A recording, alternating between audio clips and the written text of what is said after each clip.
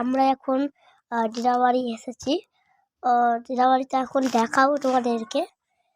দেখো দিনাবাড়ি চলে এসেছি, একদম দিনাবাড়ি চলে এসেছি।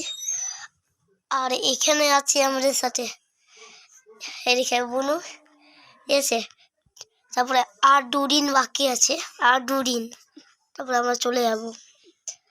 চলো একটা ঘর বানিয়েছি, ওটা দেখানো যাক। আর আমরা দেখাচ্ছি বাইরের সিনটা।